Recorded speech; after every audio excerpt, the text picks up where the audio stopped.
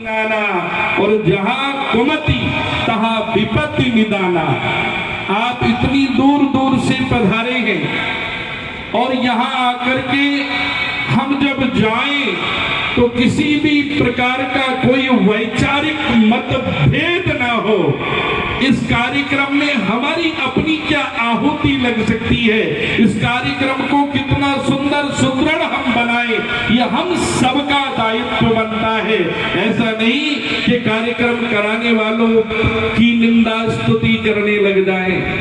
इसलिए आपसे विशेष निवेदन है, ये आपका अपना कार्यक्रम है, इसमें अगर किसी को कोई थोड़ी बहुत तकलीफ भी हो तो उसको अपने घर का कार्यक्रम समझ करके उसको स्वीकारते हुए, अरे ये एक समाज का कार्यक्रम है, हम लोग तो समरस भाव में जीने वाले लोग हैं।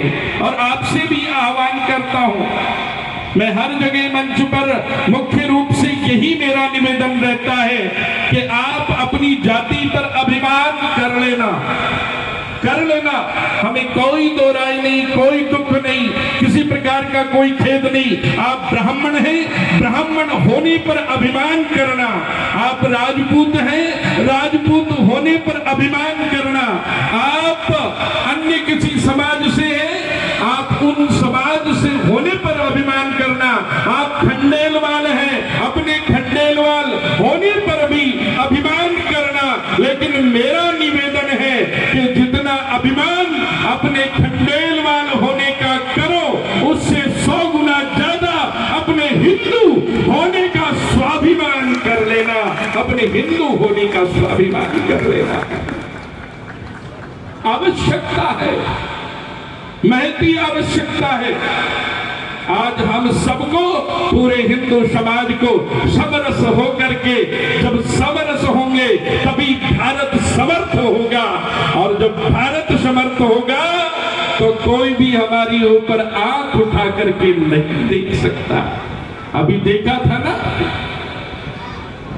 है? अभी देखा नहीं है आपने? हमारी माता बहनें, हमारी वो बेटियां, हमारी बहन, हमारे अपने भारत की वो बहू, एक वो बींदनी अपने पति के साथ अपनी घर की मां से ओतप्रोत कश्मीर, वो जो कश्मीर कश्यप ऋषि का कश्मीर है, जो कश्मीर मां सरस्वती का उद्गम स्थल है, जो कश्मीर शारदा पीठ है, उसको सबसे सुरक्षित मान करके वैष्णो देवी की यात्रा करके और फिर तीर्थाटन करने के बाद फिर घूमने के लिए भ्रमण के भाव से अपने परिवार, अपने पति के साथ गई, और आतताइयों ने, दुष्टों ने, आतंकवादियों ने हमारी बहन, हमारी बेटी, हमारी बहू के सामने उसके सिंदूर को उजाड़ा, उसके पति को मार डाला। तब नहीं पूछा उन दुष्टों ने, मैं आपसे इसलिए निवेदन कर रहा हूं, वहां नहीं पूछा कि खंडेलवाल हो, वहां नहीं पूछा कि राजपूत हो, वहां नहीं पूछा कि ब्राह्मण हो, वहां नहीं पूछा कि मेघवाल हो, वहां नहीं पूछा कि अन्य किसी जाति को, वहां सिर्फ 2 ही पूछे गए, हिंदू हो या मुसलमान हो, मुस्लिम हो, 2 ही शब्द।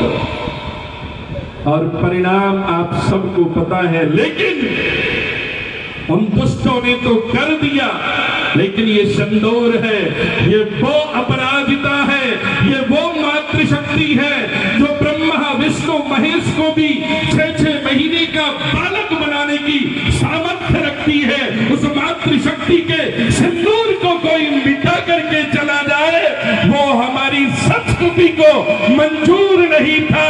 और आज देश सशक्त सुदृढ़ है, आज देश सौहार्दिक हाथों में है, आज देश मजबूत हाथों में है। हमारे सिंदूर का बदला हमारी सेना के शौर्य और पराक्रम ने रक्त सिंदूर के माध्यम से लिया, रक्त सिंदूर के माध्यम से लिया।